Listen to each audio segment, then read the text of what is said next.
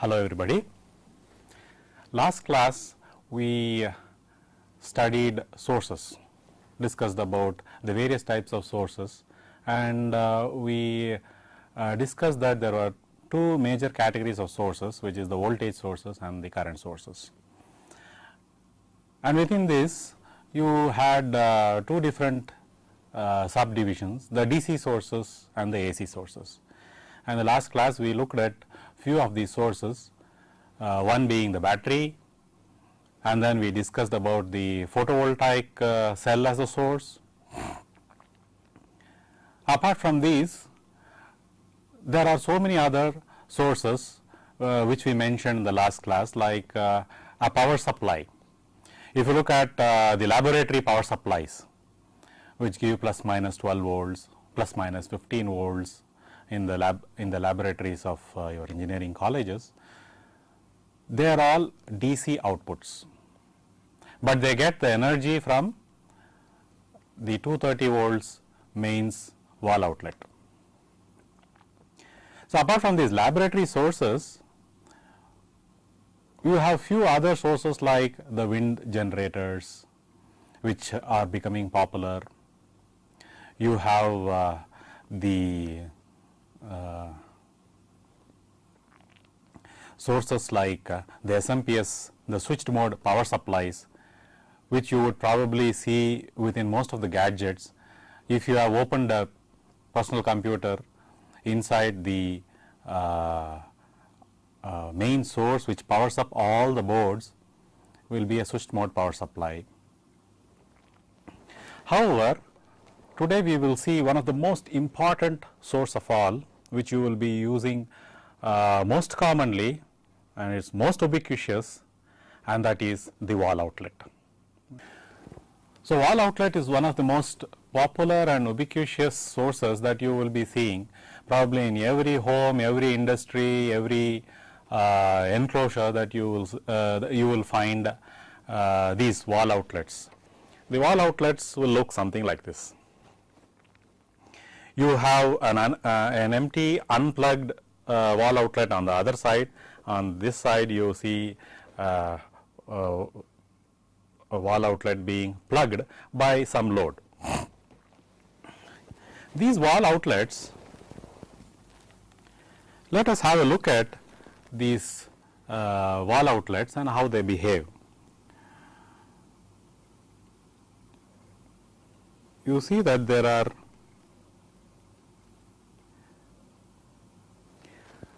three holes or three sockets in these wall outlets, which you would find in most of the homes. Of course, in some of the homes, older homes, you will find two sockets, two pins, that is one here and one here, but almost all of the today's wall outlets consist of the third pin also. Okay. One is called the live L, which represents live. The other one is called the neutral N, which is neutral, and the third one, the center top one, is called E, and E is for earth.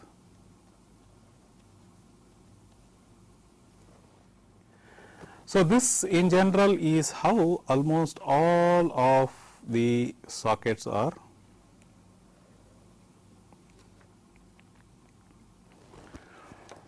wired. You have the live, you have the neutral, and you have the earth. Between this live and the neutral is where the load is connected. The earth here is connected to the chassis of your equipment.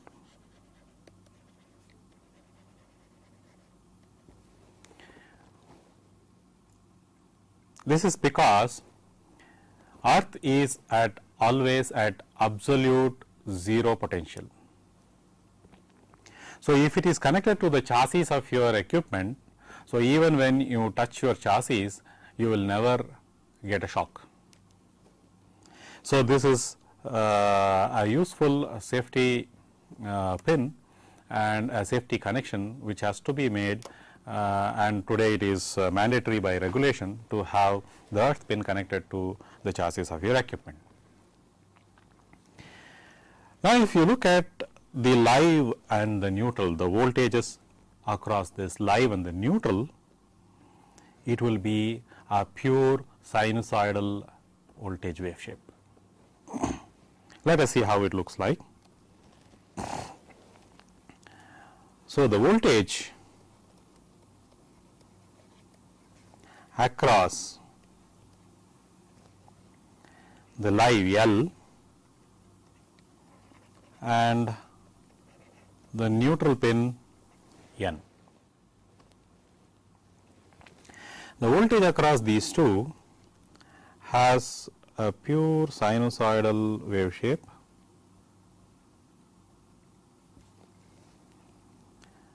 Let me draw the x and y axis. The x axis is the time axis, the y axis is the voltage amplitude axis.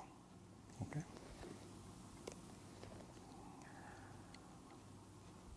So, we draw a sinusoidal wave shape. So, this is one period of the sinusoidal wave shape, and this continues, Now, this has a character. So, for a country this is more or less fixed, and most of the countries there are probably two sets of standards in terms of amplitudes and two sets of standards in terms of frequencies. Okay. Let us see what these standards are. In terms of the amplitude,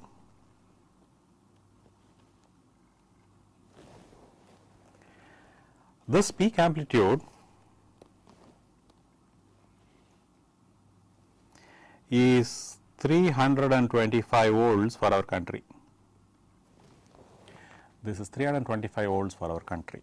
This is the nominal value. Of course, there could be some fluctuations from about this nominal value.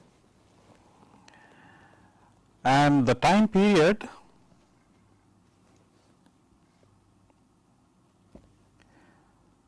is fixed at 20 milliseconds. So, this is the time period which is fixed at 20 milliseconds, and this is the maximum voltage, peak voltage, which is set at 325 volts. So, this is the specification for the wall outlet voltage waveform in our country and most of the European countries. So, in terms of frequency,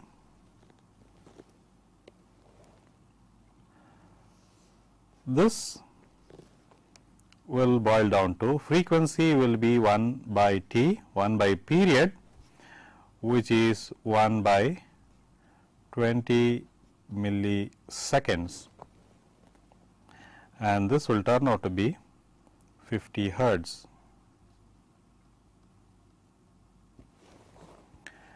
So, we have a frequency of 50 hertz.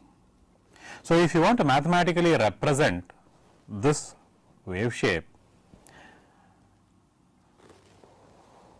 we write it as V equals Vm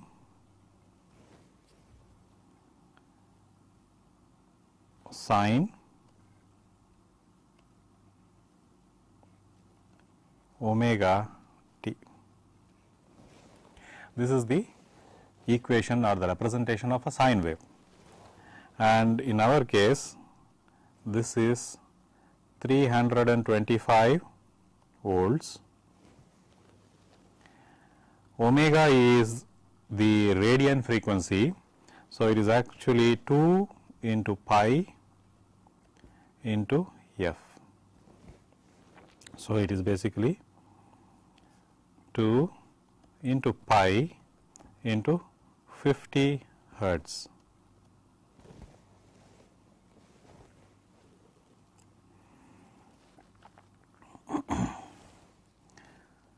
So, in the two variations in the standards is the frequency is either 50 hertz or 60 hertz in different countries, and the amplitude instead of being 325 it could be either 325 or 200 volts in the case of some of the other countries.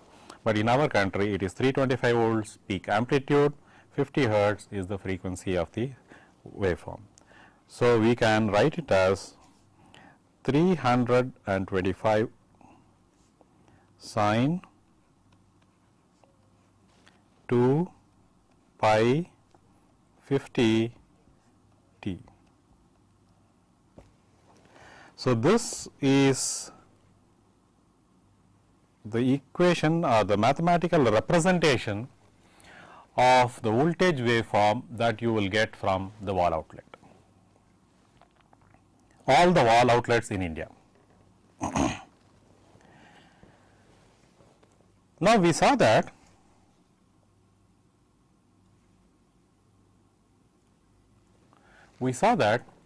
in the wall outlet that has this 3 pins type of configuration. One was the earth pin and the other 2 pins, the live and the neutral, across it you get a voltage waveform, and there is only one voltage waveform across that one, and this is a single phase wall outlet. So, wall outlets also can be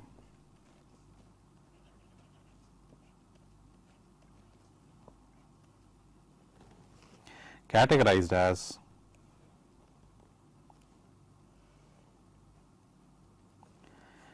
a single phase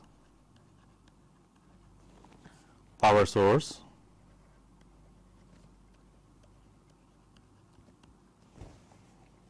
or a 3 phase power source.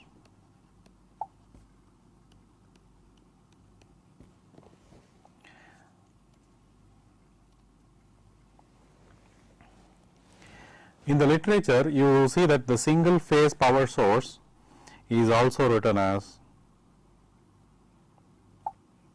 like this for short, and the 3 phase power source is written like this, 3 followed by 5.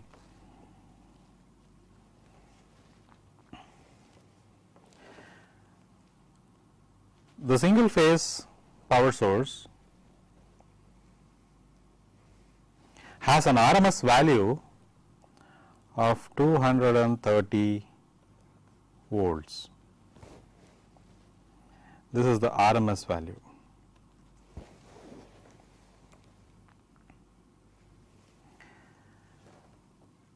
This is generally the number that is used for the single phase wall outlet power sources. So, normally it is called as the 230 volt source.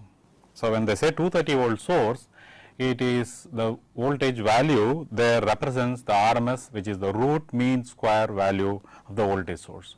We will discuss about the RMS values much later, probably in a few classes from now, but for now just remember that the 230 represents root mean square value and not the peak value. Likewise, the 3 phase power source has a RMS value of around 400 volts RMS, and it has a peak value of 560 volts peak.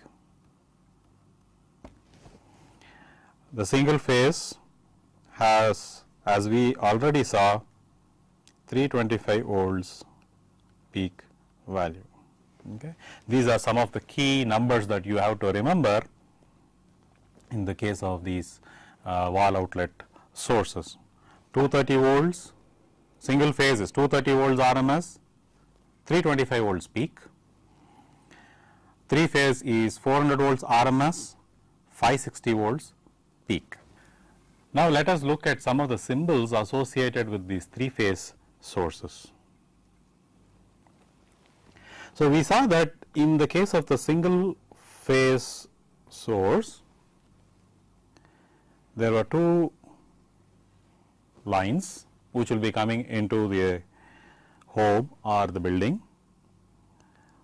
One is the live L, the other is N, the neutral.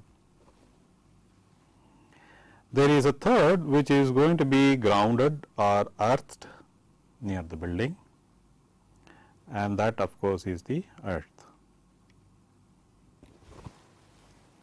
In the case of 3 phase sources,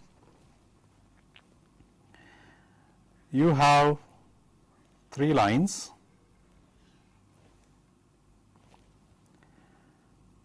This is called R,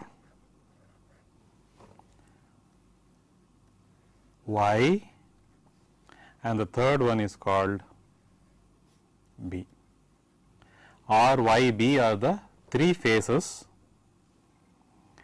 You will also have one fourth line called the neutral, and this may or may not be there in all the 3 phase sources depending upon the type of the connections, which of course we will see later on in a later class. Now, let us look at how a 3 phase voltage waveform will look like. That is also a sinusoidal voltage source, but how do they look like together, all the 3 phases put together? In the previous slide here, we saw that you have R, Y, B and the neutral. Let us express the voltages in terms of the voltage with respect to neutral for each. So, that is R with respect to N, Y with respect to N, B with respect to N, which means let us try to see how VRN, VYN, VBN look like. Okay. So, now we look at the 3 phase voltage waveforms.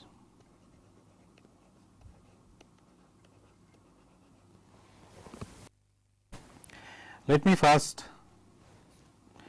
draw the x and the y axis like before. So, is the y axis, and let me have the x axis. The x axis as usual, the time axis, the y axis is in this case amplitude.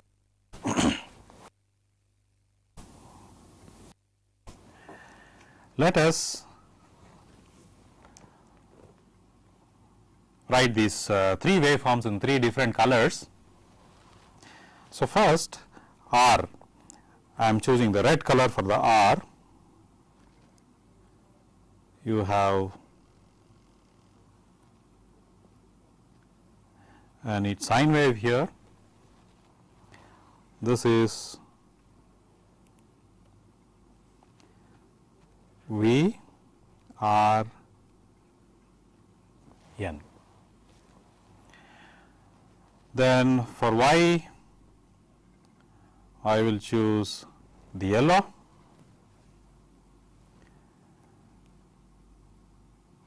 but see that I am starting a bit away. I will explain to you why I am starting like that. So, this is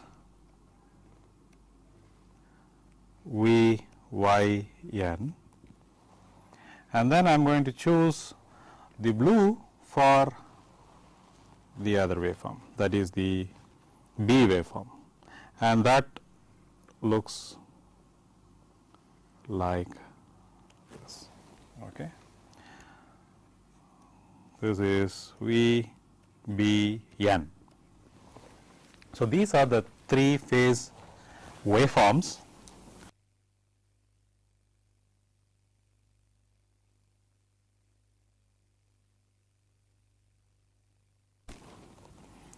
And frequency 50 hertz. Each of the phases, that is the VRN is 325 volts 50 hertz, VYN is 325 volts 50 hertz, but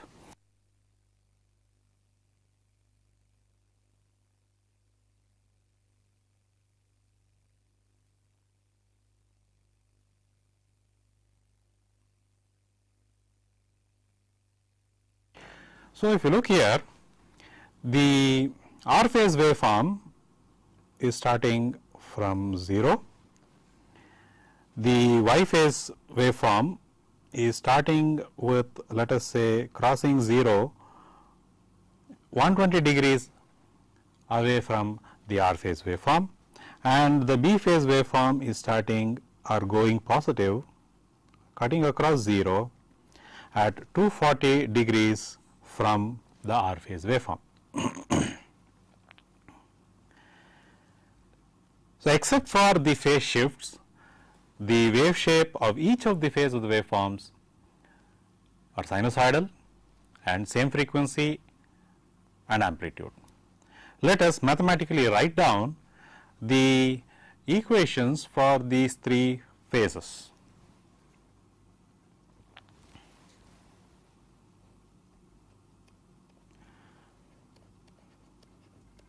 Equations for 3 phase waveforms.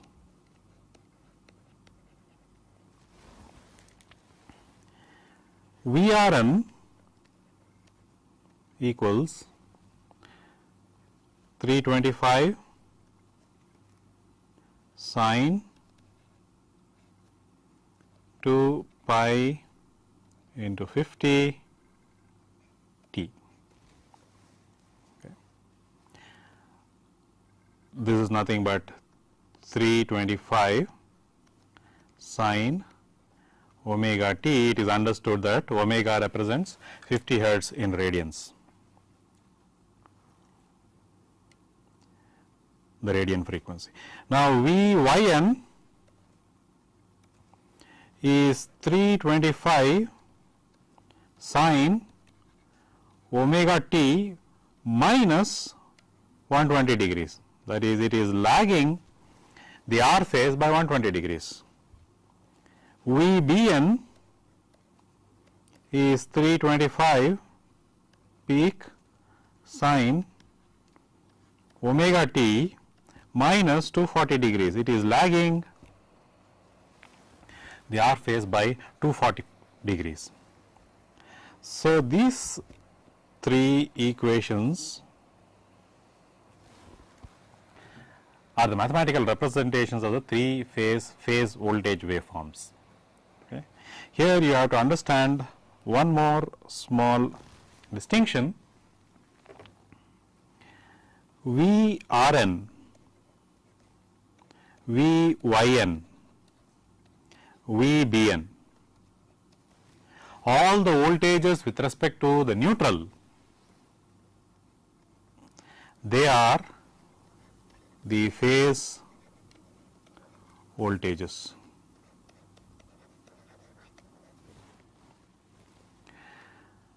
VRY, VYB,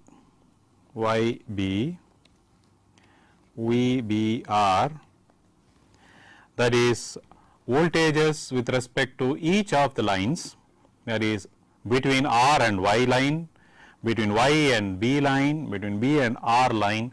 These are called the line voltages.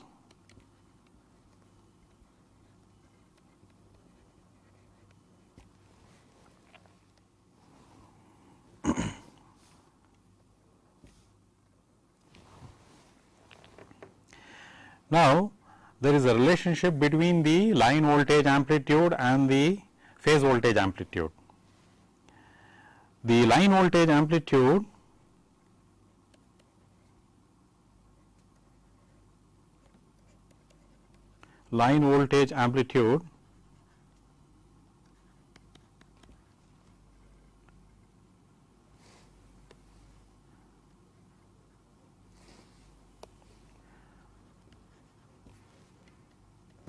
is related to phase voltage amplitude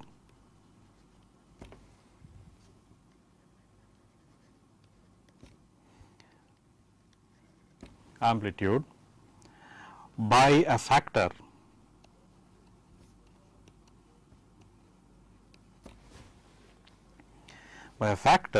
either 1 or root 3. This depends upon the way the phases are connected. If the phases are connected either as a star or Y B, or they are connected as a delta or Y B. If they are connected as star, line voltage, we will call this one as VL, and we will call the phase voltages as V, let us say P. Then line voltage VL will be root 3 times phase voltage in terms of the amplitude. And if it is in the case of the delta connection, VL and VP are related by a factor of 1, because the phase voltage and line voltages are same. Now, there is one more important thing, though it may look trivial. You will be drawing this 3-phase waveform quite frequently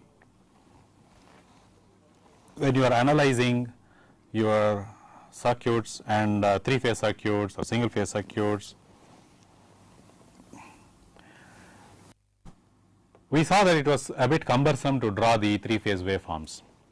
So, I recommend that we use a simpler, easy method of drawing the 3-phase waveforms. So, this is how we draw the 3-phase waveform in a much more simpler way. So, what we do, we first draw just these plane triangles like this.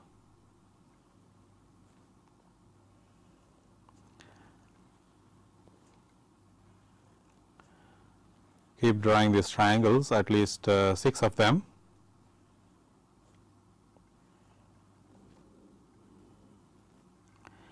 Yeah, once you have drawn these triangles, you interconnect these triangles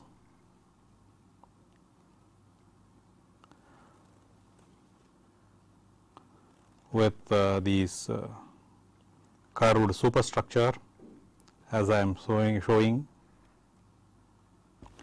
and likewise in the bottom.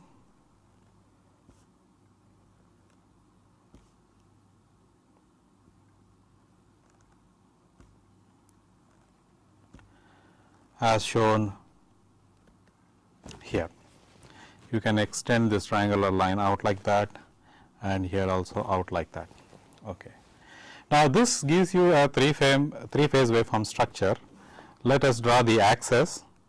Right through the center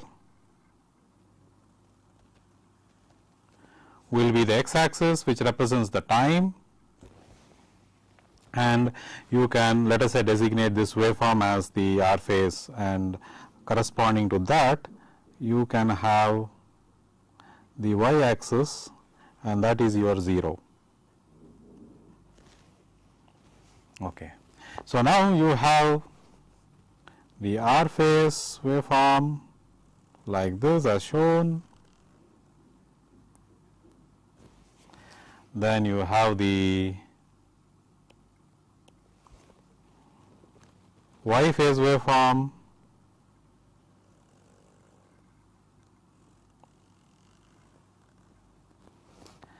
and of course, you have the B phase waveform.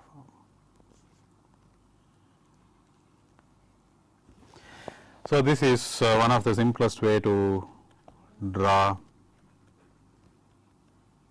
the 3-phase waveform structure, and you will be using it quite frequently, because in most of your most of the future circuits like the motor circuits and the 3-phase rectifiers, converters, so on and so forth, you will need to do the analysis with 3-phase waveforms, and it is good to know how to write them in a fast, quick way. Okay. So, with this we conclude the topic of sources. There are many more sources, but I think you will now know what to look for in the sources. See, the ideal behavior of the sources, what is the non-idealities like the source impedances, and what happens when loading, what happens to the characteristics when you load the source. These are the issues and the aspects that you have to look for in the source. Now, we shall take up the next topic, and that is one of the most important topics in the analysis of your circuits, and that is Kirchoff's laws. Kirchoff's laws. Kirchoff's laws are something that you will be widely using in the analysis of any electronic circuit, and they operate on the principle of conservation of energy.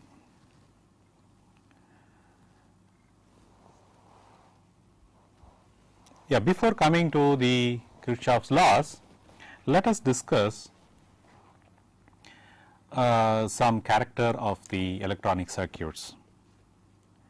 Electronic circuits is made up of junctions.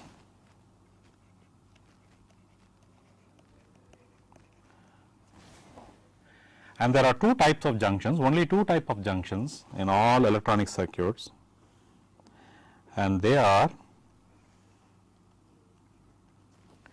the voltage junction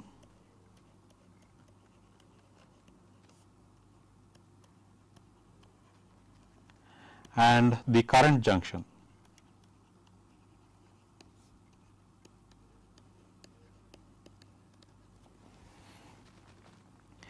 The voltage junctions are also called loops.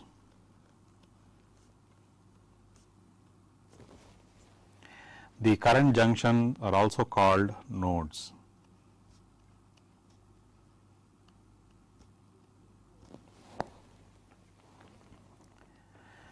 These are the only two types of junctions that are existing, and you can make any type of electronic circuit with these two types of junctions and analyze any electronic circuits with the help of these two types of categories of junctions. Why do they call these as voltage junctions and current junctions? Of course, as the name implies, a voltage junction is a meeting point of all voltages. In the loops, all the voltages meet together in the loop, and that is why it is called a voltage junction. And at the nodes, all the currents meet at the node, and therefore, it is called the current junction in the electronic circuits. Now, let me give you a simple example of the loop and the node. A loop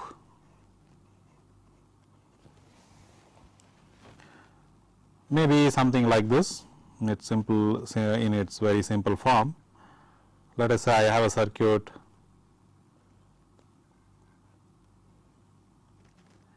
with a resistance, an inductance, let us say a capacitance,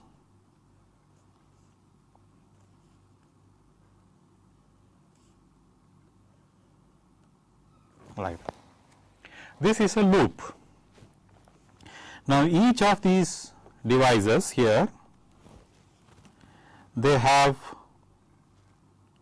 let us say, a voltage across that. There is a voltage across this component. There is a voltage across this component. There is a voltage across this component. Okay. Now, all these components meet at this junction, and this loop,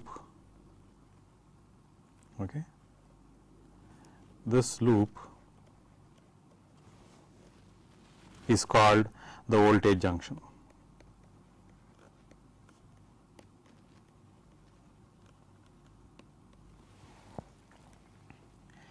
Likewise, if you look at a node,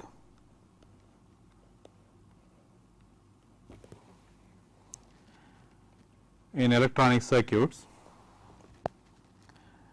you may have some sources providing current to the node. There may be some passive elements connected to the node. I could have a resistance here, a capacitance, like this. So, it could be in a L, a R, a C, and some current I which flows. So, there could be a current flow here, a current flow like that, a current flow in that direction. So, this node here is a meeting point of all these currents. Therefore, it is called a node or a current junction.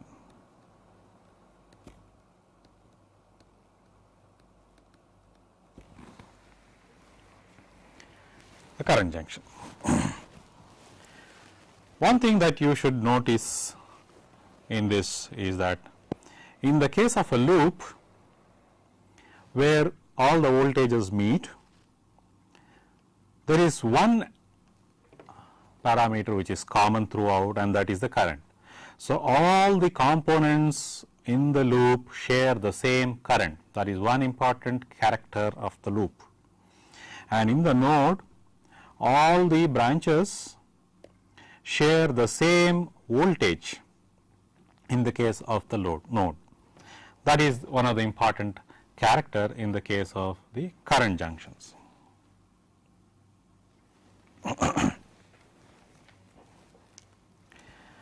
And it should be noted, most important, that both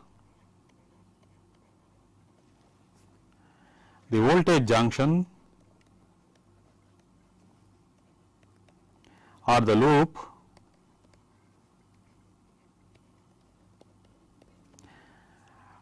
and the current junction or the node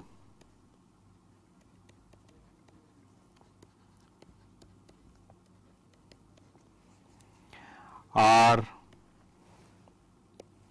energy conserving.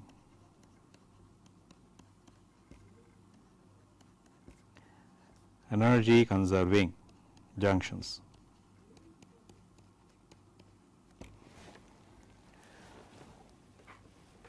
Both these being energy conserving, they obey all the natural laws. So, let us now consider the loop. Now, consider the loop, which means I will write a circuit like that, a simple loop which contains components. It could be any number of components, but let us just put few components here. RLC circuit.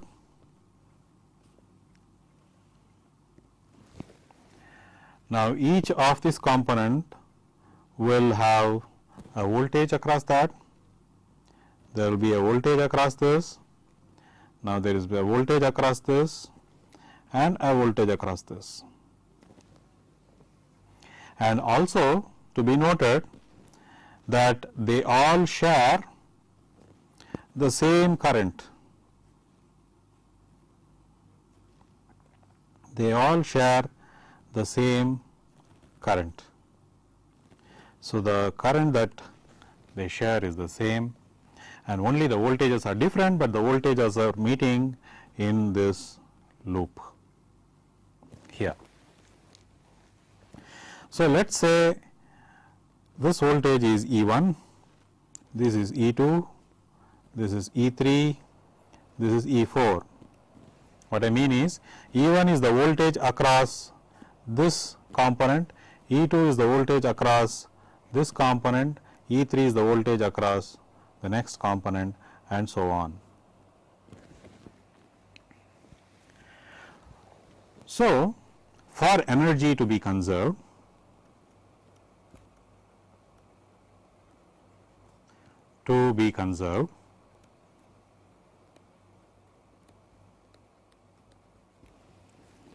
all power that is generated by this will have to be given to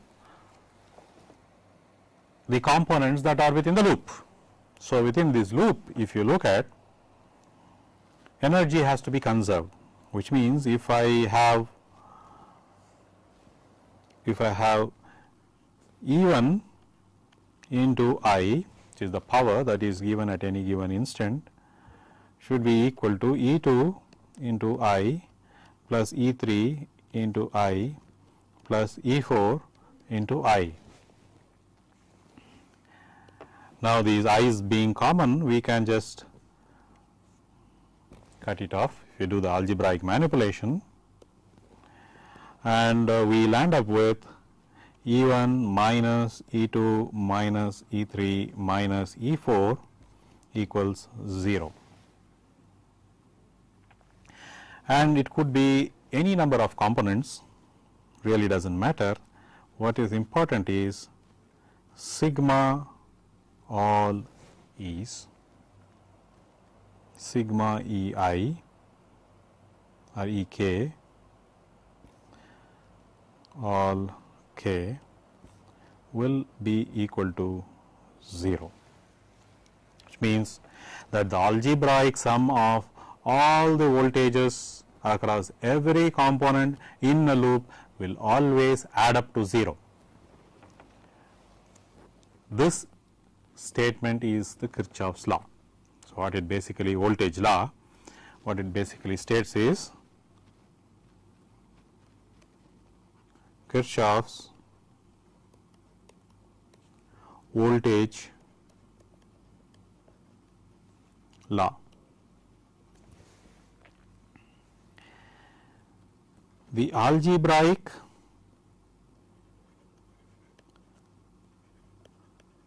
sum of all voltages in a loop or voltage junction is 0 at every instant of time. This law is called the Kirchoff's voltage law, or in short the KVL. KVL or the Kirchoff's voltage law. Likewise, if you now consider the node,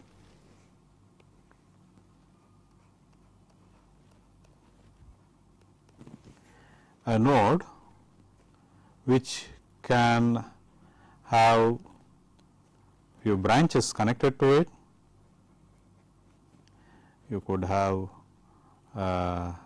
resistance like that, you could have capacitance, okay, all connected to it. Here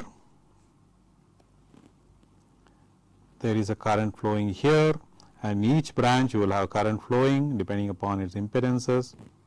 So, this could be, let us say, I1, I2, I3, I4, so on. One thing you should note, this node voltage is E, and this node voltage E is shared by all, the same node voltage. Again, if we apply the energy conservation principles, you will see that there should be no accumulation of charge at the node. E into I1 equals E into I2 plus E into I3 plus E into I4, E being the same, as they all share the same potential, same voltages. We have I1 minus I2 minus I3 minus I4 equal to 0, or in other words, sigma k all k I is equal to I k is equal to 0. This means that summation of all the algebraic summation of all the currents at the node is always equal to 0. Only then there is no accumulation of charge at the node, and we know that there is no accumulation of charge at the node due to conservation of energy principles. So, if you state this particular thing, this particular law, we find that the algebraic sum of all currents at a node or current junction is 0, always 0, and this statement is called the Kirchoff's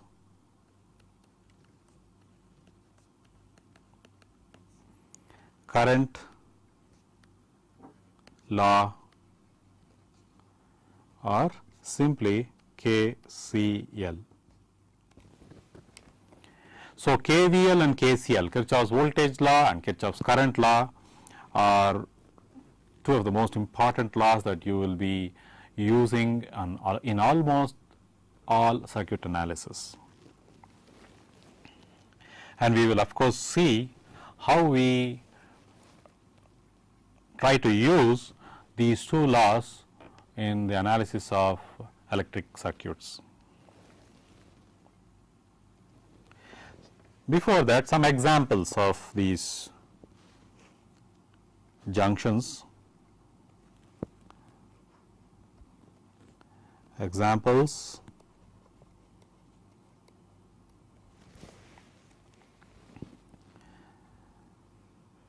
So, here you have what is a simple R and a C.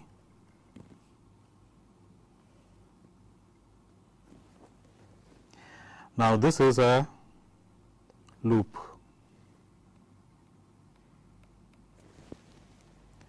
Now, to this I am going to add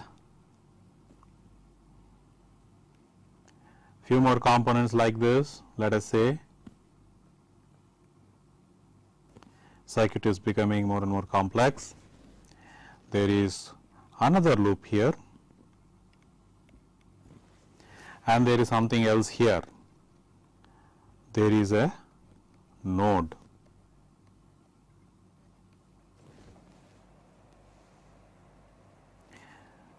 So, you see that